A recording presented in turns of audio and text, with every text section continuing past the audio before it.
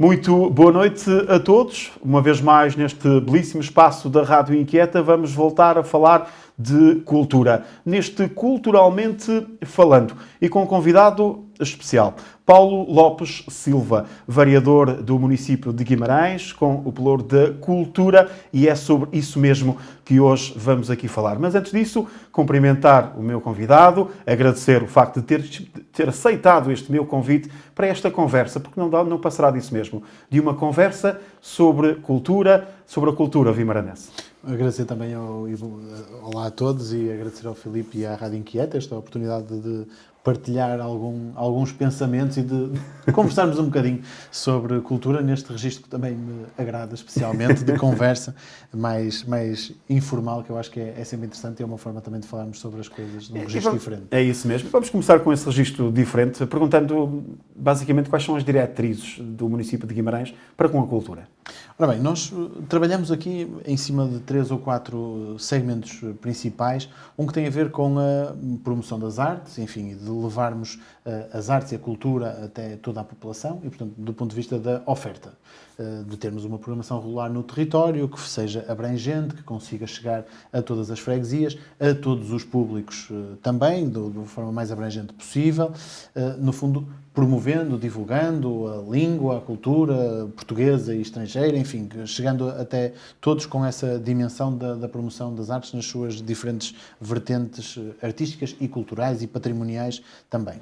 Depois há uma dimensão muito importante virada para o associativismo cultural, portanto, a dinamização daqueles que são os agentes do território, e numa outra vertente também para os próprios criadores e para as companhias mais profissionais, ou algumas em registro associativo, claro, porque elas estão organizadas enquanto associações, muito delas, mas que fazem disso também vida, que são hoje já profissionais da cultura. E, portanto, estas preocupações também com o associativismo, porque muita da dinamização cultural do território se faz também com as associações, e depois o apoio à criação, o apoio aos criadores, o apoio às estruturas de criação cultural. Depois há várias linhas transversais, que nem sequer dizem respeito à cultura. Ou seja, usarmos a cultura como? Claro.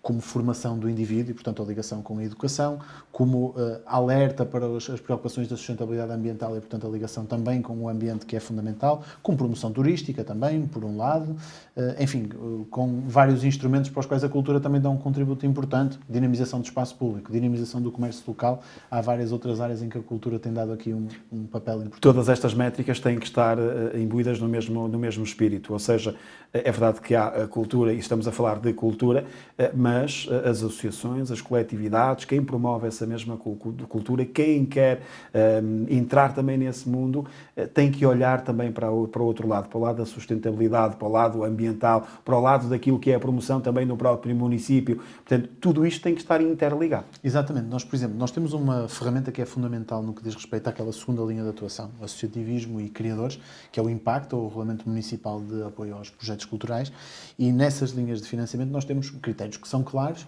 e alguns dos critérios que lá estão são as dimensões da sustentabilidade ambiental, a abrangência territorial, a abrangência etária, também de que forma envolve várias organizações, que não sejam ações individuais de cada uma das associações, portanto que haja uma rede de associações a colaborar para o mesmo evento, e isso valoriza também as candidaturas. Portanto, todos estes princípios base que estão na nossa atuação enquanto política municipal estão vertidos ali nos critérios de avaliação desses projetos. E grande parte das ações que nós desenvolvemos hoje em dia no território, quando diz nós desenvolvemos, falo de Guimarães, claro, dos vimaranenses, é precisamente nessa perspectiva e com essa linha de apoio. Cada vez menos de programação própria do município, porque entendemos que temos um braço que é a claro, oficina, exatamente, onde há diretores artísticos, onde há programadores, aí sim, nessa lógica da promoção das artes, da programação cultural contemporânea nas diferentes áreas artísticas, aí temos. No município entendemos que não devemos cumprir esse papel, porque existem as associações, as entidades independentes, a própria oficina, para cumprir esse papel, e, portanto, à Câmara diz respeito apenas a promoção de iniciativas que ocorrem ao longo do ano para dinamização e divulgação da cidade. Muito sucintamente é disso que estamos a falar. E, portanto, nessa perspectiva, se é nesta dimensão de apoiar quem faz, ao apoiarmos quem faz, aí é claro, que entra a política cultural e a definição dessas métricas e desses objetivos. Paulo, o orçamento não é ilimitado, não, e, portanto, é limitado e há muitas candidaturas. Consegue-se ajudar toda a gente ou há sempre aqueles que ficam um ano ou outro de fora? É normal e é impossível. Ainda hoje tinha uma audiência à tarde, tive outra de manhã, tive 2 ou 3 associações hoje com quem reuni, faço isto com muita regularidade e com muita proximidade. E explicava durante essas reuniões que nós, no âmbito do Impacta, temos 2 momentos de candidatura ao ano, setembro e março. O setembro, como diz respeito aos planos anuais de atividades e um conjunto de outras áreas, é sempre o mês, o ciclo de candidaturas mais alargado. Se nós apoiássemos na totalidade o montante global que custam os projetos que se candidatam, o orçamento global para o Impacta, para esse semestre de Impacta, eram 2 milhões de euros. Depois, se fôssemos aos montantes solicitados, porque nem toda a gente pede o global, apoiávamos em 1 milhão de euros. E o orçamento disponível por semestre é cerca de 300 mil. Portanto, é evidente que depois temos que aplicar todos estes critérios, temos que seriar, temos um júri independente que avalia as candidaturas na maioria das linhas de financiamento e depois faz a sua seriação e nós apoiamos as primeiras classificadas. A única forma de os fazermos é colocarmos critérios, colocarmos avaliações justas e depois, enfim, de semestre para semestre, já aconteceu muito, de candidaturas que se repetem ao longo de vários semestres, não vão sendo apoiadas até que têm sucesso, porque vão melhorando a candidatura e o júri vai olhando para ela com outros olhos. Enfim, é um esforço difícil, mas também quero dizer com otimismo. Apesar deste aspecto o orçamento, por exemplo, na linha do Impacto, de que falei em especial, não ser ilimitado e, portanto, os recursos têm também que ser olhados desta forma, é muito menos limitado do que a maioria dos municípios do país. E, portanto, em Guimarães ainda temos 7 ou 8% do orçamento municipal para a cultura. No país andamos todos a pedir no setor 1% para a cultura. E em Guimarães temos 7 ou 8%. Portanto, desse ponto de vista, estamos muito bem no contexto nacional, comparativamente, percentualmente com o Orçamento do Estado. Então, não há comparação possível, mas ainda assim há sempre limitações, claro. Claro. Olhando também para aquilo que são as associações, nomeadamente teatrais, por exemplo, nós vimos um crescente dessas mesmas associações na década de 80. Elas foram-se decaindo e muitas delas acabaram mesmo por terminar. O Paulo ainda assim consegue olhar para essas associações que estão muito próximos de terminar, ou outras já terminaram, mas gostavam de voltar. Olha para estas associações com carinho e com um especial cuidado de que são importantes também para divulgar aquilo que é a cultura mais local. Aquela cultura muitas vezes feitas nas próprias freguesias. Sim. E que depois a têm que trazer para a cidade. Mas a verdade é que começam lá e são feitas lá inicialmente. Não tenho como não olhar com carinho para um sítio onde eu estive 10 anos. Eu fiz teatro no Teatro Ensaio Raul Brandão no Círculo de Arte e Recreio durante um tempo. Depois houve uma mudança de direção, de caminho dentro do Teatro Ensaio Raul Brandão. E na altura saí do Teatro Ensaio Raul Brandão junto com o professor Capela Miguel. Ele fundou o Bando do Gil, com ele fiz recriações medievais na Pousada Santa Marinha da Costa. Enfim, estive sempre ligado ao teatro amador durante muitos anos. E, portanto, tenho que olhar com carinho. A verdade é que o setor cultural mudou, por um lado, e portanto temos que olhar também para isso com esse cuidado, com essa atenção, e há associações culturais dedicadas ao teatro e há entidades dedicadas ao teatro que têm vertentes diferentes. Portanto, nós hoje temos pequenas companhias de teatro a trabalharem na sua profissionalização. Temos já 2, 3 com bastante atividade, neste momento a trabalhar a partir de Guimarães. Não vou dizer em Guimarães, mas a partir daqui apresentam no país. Temos atores, atrizes, produtores, encenadores de Guimarães que estão a trabalhar em diferentes contextos nesta dimensão. E belíssimos filmes que já foram realizados aqui no cinema e audiovisual, então, de Guimarães, mas que as pessoas não conhecem. Não conhecem, deveriam conhecer. E temos que visibilizar isso muito mais. Portanto, nessa dimensão profissional estamos muitíssimo bem. Quer dizer, nós temos a segunda maior produtora, uma das maiores produtoras de audiovisuais do país em Guimarães, a Banda à Parte. O Rodrigo Areias faz um trabalho absolutamente extraordinário e quando digo o Rodrigo é o bando à parte, todo aquele bando, o Eduardo Brito, o Pedro Baixo. Eu acho que temos que dar visibilidade quando o trabalho é feito no território, ou seja, quando estão as gravações a decorrer aqui, explicar às pessoas ou mostrar às pessoas.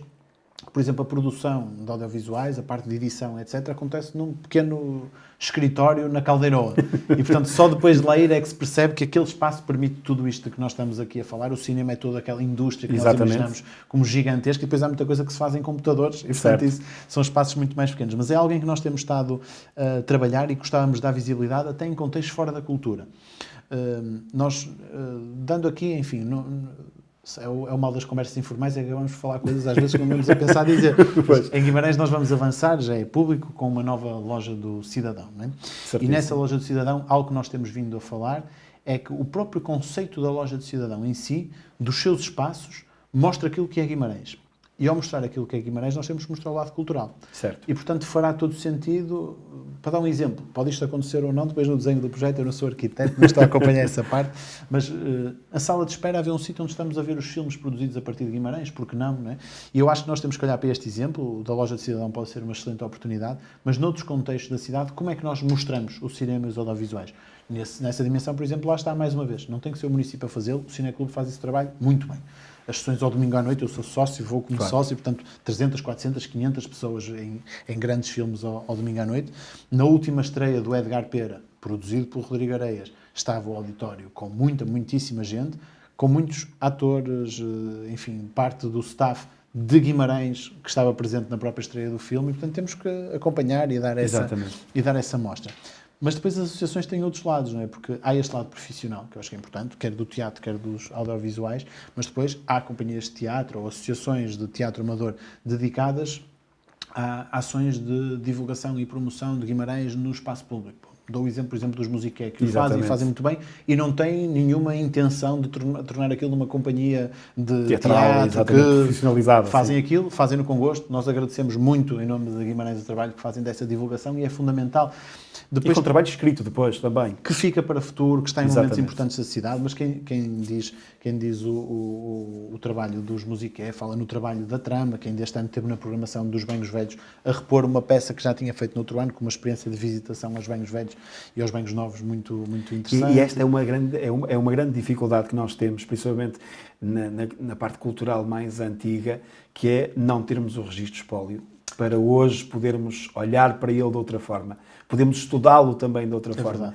E é importante que hoje isso se faça, através do audiovisual, através do livro, através da imagem, da fotografia, para que nós, um dia mais tarde, as nossas gerações vindouras, possam pegar nesse espólio e ver que era assim que se fazia em determinado ano. Portanto, isto é muito importante. Totalmente verdade. Nós temos feito um esforço, há uma plataforma que nós ainda queremos que ela seja mais visível, ela tem estado a crescer, a plataforma do Em Guimarães, onde na secção que nós chamamos o Ver Agora, é com conteúdos digitais que fomos gravando, começamos no período da pandemia a gravar, temos mais de 150 conteúdos já online, de espetáculos, alguns gravados propositadamente para a plataforma, muitos outros que estão a acontecer no dia-a-dia, no eixo de cidade, nos espetáculos de orquestra, enfim, e estão todos lá carregados e visíveis, e depois temos o repositório interno, onde vamos registando tudo isto, porque para o futuro é de facto muito importante. Nós agora, por exemplo, a propósito do centenário do Joaquim Santos Simões, foi reposta uma peça escrita por ele e foi feita uma encenação pelo Teatro em Serra do Brandão, que já não tem nada a ver com o teatro do meu tempo, é feito por alunos do teatro, que saíram aqui do teatro, que estão a tentar fazer o caminho da profissionalização, aliás, muito semelhante ao caminho que a Astronauta também fez, outras companhias de teatro, e que fizeram uma encenação à volta de uma parte da vida do Joaquim Santos Simões e da resistência em Guimarães. E foi interessantíssimo, eu assisti também na estreia no Teatro Jordão, e é importante ficarmos com estas memórias futuras, registarmos, levarmos isso até às escolas, isso é muito importante. Vamos falar também do património cultural que Guimarães tem e dos equipamentos que Guimarães dispõe. E eu diria que Guimarães está bem servido, e eu diria que não poderia estar melhor servido a nível nacional, em termos de média, daquilo que é a nível nacional, dos equipamentos que Guimarães dispõe. E, portanto, desde o Teatro Jordão, desde o Centro Cultural Vila Flor, desde a Black Box na plataforma, enfim, são imensos espaços, o Samamed, são inúmeros espaços que têm que ser ocupados. O Paulo há bocado falou-me, e falou muito bem, de que se não forem as companhias, o município tem também essa não responsabilidade, mas tem essa também autonomia para poder encher esses espaços. Deve esses espaços estarem sempre com espetáculos a serem realizados. Não podemos ter espaços vazios, sem ninguém, sem público, porque eles foram criados para o público. E para ter público e para ter espetáculo. É uma ideia que nós precisamos de conseguir desmontá-la, porque não corresponde depois à realidade. Nós temos um problema crítico neste momento, e eu sei que vai soar estranho para a rede de equipamentos que nós temos, que é uma das melhores redes de equipamentos culturais do país, mas sentimos falta de ter mais, sempre. Porque nós temos o Teatro Jordão com um nível de ocupação assustador. Nós temos uma equipa que lá foi colocada pela oficina para estar lá em permanência e temos permanentemente técnicos extra à necessidade de os contratar porque temos que dar folgas aos que lá estão a trabalhar. E aquilo trabalha durante dias e dias e semanas consecutivas com ocupação permanente. O Centro Cultural Vila Flor, o pequeno auditório e o grande auditório, já não tem mais por onde receber projetos, porque há projetos com os quais nós colaboramos de forma direta e ativa. Direta, certo. A colaboração com o Cineclube de Guimarães, com 5 sessões de cinema por mês, a colaboração com a ASMAV, com o Círculo de Ópera lá realizado, com a Revolve, com o Festival Mucho Flow, enfim, com um conjunto de entidades com quem há relação mais direta e coproduções até. E depois há os aluguéis de sala, depois há as disponibilizações por parte do município ou outras entidades que nos procuram, que eles querem utilizar. As associações que nos pedem para, quer para a componente cultural diretamente, quer para uma gala, quer para uma sessão pública de uma apresentação, etc. Nós fizemos as contas estes dias, porque estamos com esse problema intenso de gestão das equipas, de folgas das equipas. E perto do final do ano também. Final do ano. E o ano passado nós tivemos mais de 200 ocupações neste registro que eu disse antes, do município querer apoiar uma entidade e, portanto, ceder o espaço. Mais de 200 ocupações, quando o ano tem 365 dias. Portanto, são muitas. Crescemos a programação própria da oficina, dá para perceber que não houve praticamente folgas ao longo do ano. Portanto, isso é uma realidade. Mas isso é uma rede de equipamentos que eu acho que não tem comparação nem paralelo. Temos um problema, que é, eu ando de bicicleta e toco guitarra. E quer com os ciclistas, quer com as pessoas que têm instrumentos, o número certo de bicicletas ou de guitarras é o que temos mais um. Portanto, nos equipamentos culturais é igual. Nós temos muitos, mas o que estávamos bem era com mais um. Era sempre com mais um. Eu não sei se o Paulo tem esta opinião também, obviamente, mas há um dado, e aquilo que vamos ouvindo também na cidade, quando falamos de cultura, quando falamos de teatro, quando falamos de espetáculos, é que faltam grandes companhias de teatro, grandes espetáculos de renome em Guimarães. Isto iria fazer o quê? Obviamente não estou aqui de longe, de maneira alguma, a inferiorizar o nosso espetáculo, a nossa cultura, não. Mas às vezes falta aquele espetáculo de renome para ganhar o bichinho naquelas pessoas que nem ligava muito àquilo que é a cultura teatral, nem ligava muito àquilo que é a ópera, não ligava muito a este tipo de espetáculos como o jazz, mas depois de ir, se calhar, eu gosto disto, e isto é bom. O que é que está a faltar para se poder trazer também esses grandes espetáculos, esses grandes nomes, essas grandes figuras, até porque os nossos atores iriam aprender também com eles, aos tê-los de perto, mais de perto, poder vê-los durante toda a semana, iriam também aprender com eles. Isto era uma partilha mútua para toda a gente, quer para o público, quer para os vimaranenses, quer também para os atores locais. Eu acho que nós temos aqui, potencialmente, 3 áreas em que podemos atuar para conseguir ao encontro dessa perspectiva. Um deles tem a ver com a capacidade, novamente, de tornarmos visível o trabalho que é feito. Eu lembro no último ano, quando vi a edição de final do ano, de balanço do público, onde se selecionavam, no fundo, as melhores peças de teatro das companhias de teatro nacionais, e eu percebi que entre coproduções e apresentações no próprio Vila Flor estavam quase todas. Portanto, as peças de maior destaque, de maior cartaz no país, passaram todas aqui. Portanto, nessa dimensão, eu acho que temos que ter essa capacidade de dar visibilidade. Eu tenho falado muito sobre isto dentro da estrutura da oficina. Nós temos muitas, não é só as apresentações cá, é as peças serem criadas a partir daqui. A peça desse ano, que foi eleita como uma das melhores do ano, que tinha como protagonista principal o Albano Jerónimo, que hoje é do conhecimento de quase toda a gente, pelos filmes e pelas séries e etc., foi coproduzida pelo Teatro Oficina e pela Oficina. Estiveram em Candoso, no Centro de Criação de Candoso, estiveram na Fábrica ASA a ensaiar, apresentaram no Vila Flor. Portanto, nós temos de ter capacidade, quando eles cá estão, de o tornar visível, de o passar para o espaço público. Depois há uma outra dimensão que eu acho que tem a ver com a oferta privada.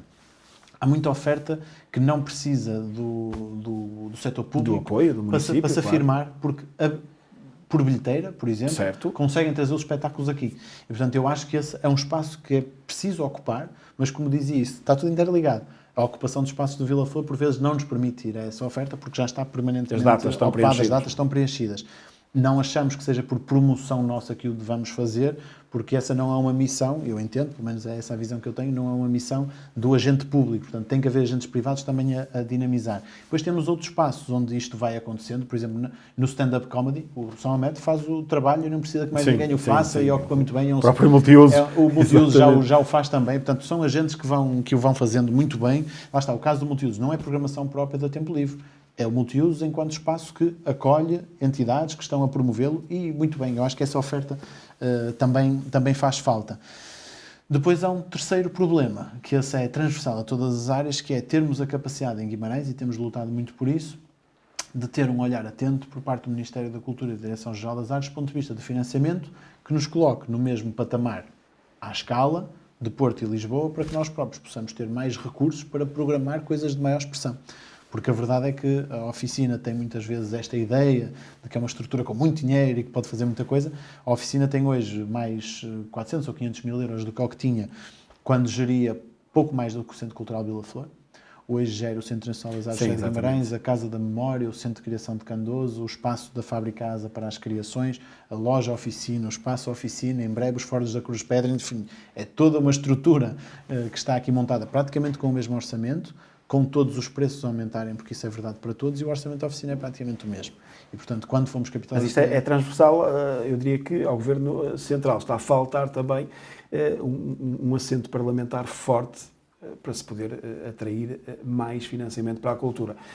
E eu, pegando aqui num ponto, e muito rápido, por exemplo, quando temos 1000 ou mais de 1000 grupos de folclore em todo o país, representando o país, representando regiões, e não tem um único elemento numa bancada parlamentar, portanto, dentro da própria cultura. Mesmo deputados dedicados ao tema. Também, exatamente, é Há isso. pouca gente dedicada a este tema e isso é visível nas campanhas eleitorais, isso é visível nos programas do governo. Isso Faz falta, não é? Faz muita falta haver um discurso ativo sobre cultura. E não há muitos agentes políticos a ter um discurso ativo sobre cultura e isso faz muitíssima falta.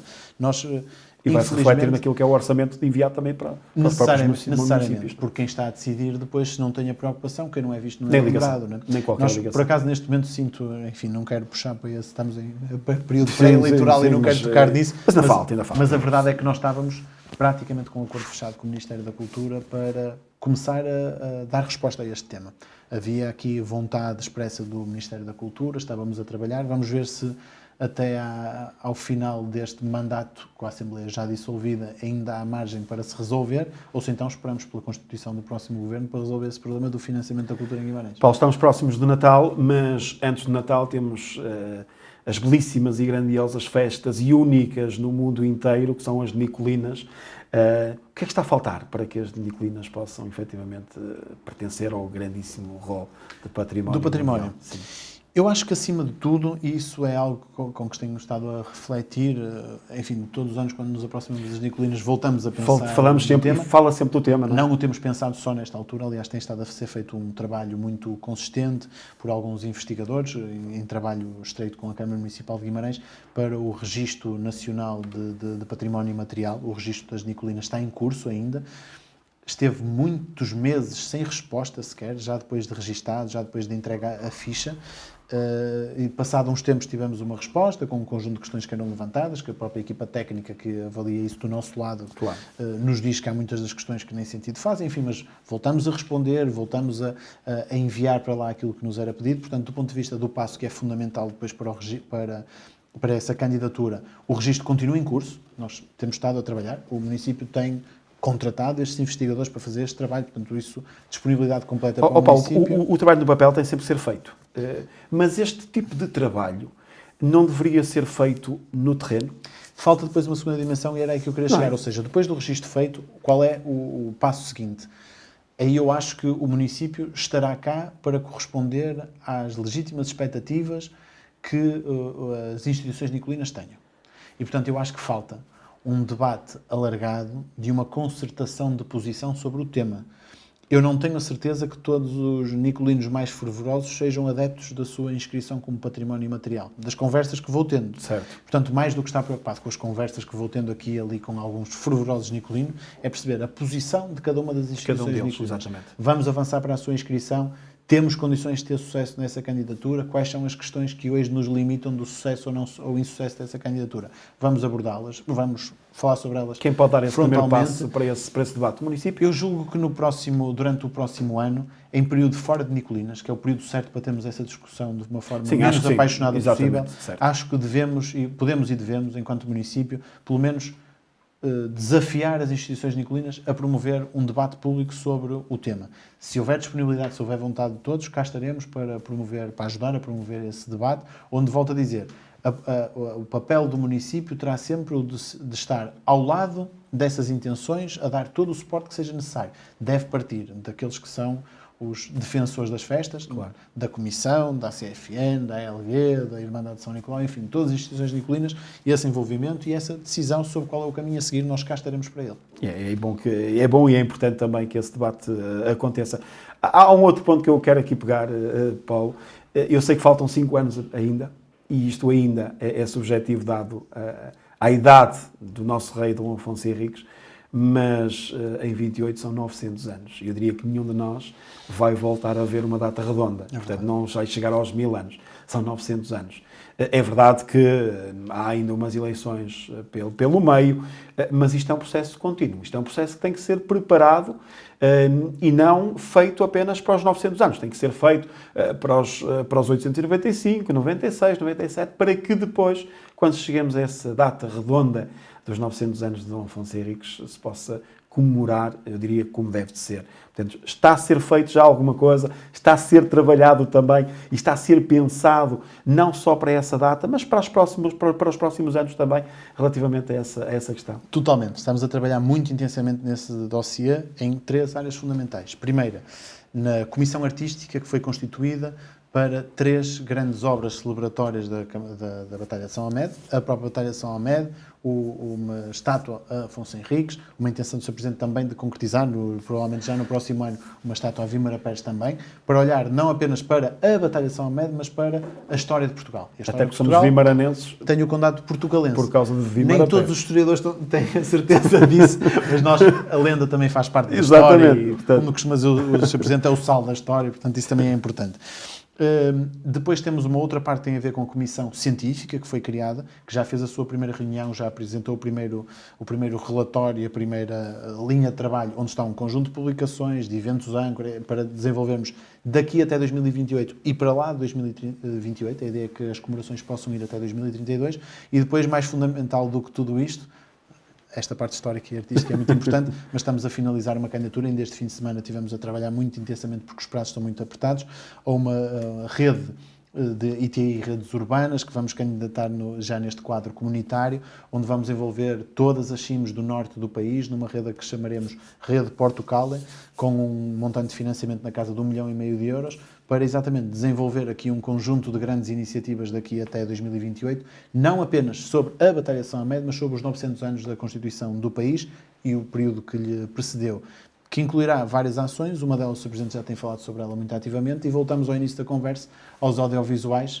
que claro, será dentro do cinema e audiovisuais, será provavelmente entre um filme e uma série. Provavelmente estamos a caminhar mais para uma lógica de série televisiva, com distribuição mundial, sob a fundação do país, precisamente com esse desafio lançado à banda à parte e ao Rodrigo Areias, para poderem produzir essa série a partir de Guimarães e envolvendo todas estas comunidades intermunicipais do norte do país. Paulo, não estaria nesta posição se não fosse alheia às críticas, e portanto a crítica faz parte, claro, e a crítica está intrínseca no ser humano, mas olhando para este ano 2023 que vai findar daqui a pouco tempo, e estamos também agora com as celebrações natalícias e de final do ano, com a inauguração das luzes de Natal de Guimarães, com a cidade de Natal, e portanto com esse tudo conjuntos, mas ao longo do ano fomos vendo e ouvindo aqui várias críticas, nomeadamente às festas e aos programas que eram apresentados por parte do município de Guimarães, lembrando aqui uma ou outra, assim de cor, a falta da Noite Branca, entre outros conjuntos. Acredita que este é o melhor modelo de oferta para os vimaranenses, ou eu diria que está sempre posto a mudar e a acrescentar sempre mais alguma coisa, mas para este ano, acredita que a oferta que existiu para Guimarães, para os guimaranenses, foi condizente com aquilo que é a valia da própria cidade. Nós temos 3 ou 4 grandes momentos ao longo do ano que as pessoas valorizam muito e temos olhado para eles com muita atenção. Eu julgo que nós tivemos há 2, 3 anos algumas críticas do ponto de vista da organização da Feira Afonsina. Sim. Em 2023 já não as sentimos, o que significa que fomos Houve ali uma sensíveis melhoria, àquilo sim. que ouvimos. O período de Natal onde não havia tradição de investimento e este ano estamos a ser referenciados como um dos natais a visitar no país. Naturalmente, queremos continuar a evoluir, queremos continuar a trazer mais oferta, mais diversificada, mas é uma área que tem vindo a ser Sim, e é preciso trabalhada lembrar que, por também. exemplo, a Feira Afonsina não tinha a dimensão que tem hoje. Claro. E, portanto, tudo é um processo evolutivo. O próprio 24 de junho que acontece naquele dia Também. era uma sessão solene com Sim. alguns convidados dentro do Paços de Ucos. O ano passado foi um grande espetáculo no Campo de São Médio, com o envolvimento de muitos artistas vimaranenses, da Orquestra do Norte, liderado pelo Tiago Simões, que foi fabuloso o espetáculo. E depois, sim, temos as Gualterianas e a Noite Branca. As Gualterianas deste ano, eu considero que tivemos um dos melhores cartazes de muitos anos nas Gualterianas, e prova disso é que o grande problema que tivemos nos dias a seguir foi a gestão que temos que fazer com a Polícia de Segurança Pública, pelo risco à segurança que se colocou na noite do concerto dos Dama, porque aquela praça nunca viu tanta gente. Exatamente. E, portanto, eu acho que nunca tivemos um concerto que tivesse tido tanta gente como tivemos naquelas Gualterianas. Poderá ter faltado artistas vimaranenses no cartaz, eventualmente, assumimos a crítica. Mas não estará a festa demasiado afastada da Igreja de São Gualter? Isso eu acho que não. Isso eu acho de todo que não. Porque nós encontramos, eu acho que finalmente, o sítio onde ela está, no centro da cidade, e onde depois se faz um grande circuito por toda a cidade, onde estão os vários acontecimentos da festa. E, portanto, eu isso acho que este modelo, do ponto de vista da localização geográfica, acho que está estabilizado. Podemos ter, depois, do ponto de vista do cartaz, acho que está aí mais um ou outro ajuste, considerando eu que este ano tivemos um dos melhores cartazes em muito tempo. Não tenho recordação de um cartaz que tenha tido esta expressão do ponto de vista musical. O tema Noite Branca é um tema que eu sou especialmente sensível também, porque há muita gente que, quando me fala sobre a Noite Branca, diz: mas porquê é que Guimarães não tem? Até este concelho, até aquele concelho, até aquele tem. Faz sempre paralelismos, não é? E aquilo que eu digo é precisamente o contrário. Se é Guimarães, a expressão até aquele concelho tem é a primeira coisa que nos deve dizer, temos que questionar. Porque Guimarães sempre habituou toda a gente a fazer diferente. E, portanto, quando já todos estão a fazer, nós queremos fazer diferente. E, portanto, aquilo que fizemos este ano, em primeiro lugar, com a alteração introduzida, com o desafio que nós lançamos à organização do Sunset Praça, que eram 2 festas em 2 praças, aconteciam em junho e em setembro. Na Oliveira, na Praça Santiago, passou para um grande evento de verão no Largo do Toral, pelo 2º ano, já um enorme sucesso. E, portanto, do ponto de vista desse tipo de oferta que a Noite Branca trazia, o Sunset Praça veio dar uma resposta. E depois entendemos que é uma outra área em que fazia falta também, que era maior diversidade, mais dinâmica na cidade. Portanto, estreamos este ano, em conjunto com a Associação Vimaranense de Hotelaria, o Guimarães Entre Palcos. Exatamente. Que foi uma primeira edição, que queremos muito que cresça no próximo ano, queremos que ela abra também alguns espaços. O desafio que nós gostávamos que pudesse ter acontecido era que ele ocorresse em simultâneo ou sobre a égide com o O da Casa, Eu gostei desse evento, inclusive o Diogo foi um dos meus primeiros convidados para falar precisamente desse Entre Palcos, porque veio trazer uma oferta diversificada ao Concelho e em vários pontos da cidade. Isso também é... E agora é fazer crescer o conceito. E aqui foi uma das perguntas que eu lhe fiz também, e faço ao Paulo também, que é, agora é levar isto, pelo menos para as vilas. Sim, eu julgo que pelo menos afirmá-lo do ponto de vista dos palcos na cidade. Isso nós temos que ainda que o fazer. Porque se no palco comédia não temos a certeza que correu muitíssimo bem, com o Largo do Neixo muito lotado, com bons artistas, etc., o palco da Plataforma das Artes, onde tivemos música eletrónica, que normalmente na Noite Branca correu muitíssimo bem, e este ano ainda tem capacidade para crescer. Nos concertos foi extraordinário também com o Expluto. Enfim, a animação de cidade itinerante correu também muitíssimo bem ao longo do dia. A cidade estava muito viva durante aquele dia. Eu andei a tarde toda pela cidade a perceber isso. Portanto, eu acho que o conceito é para agarrar, é para crescer e, de alguma forma, pode vir corresponder à expectativa que nós tínhamos daquilo que era a Noite Branca.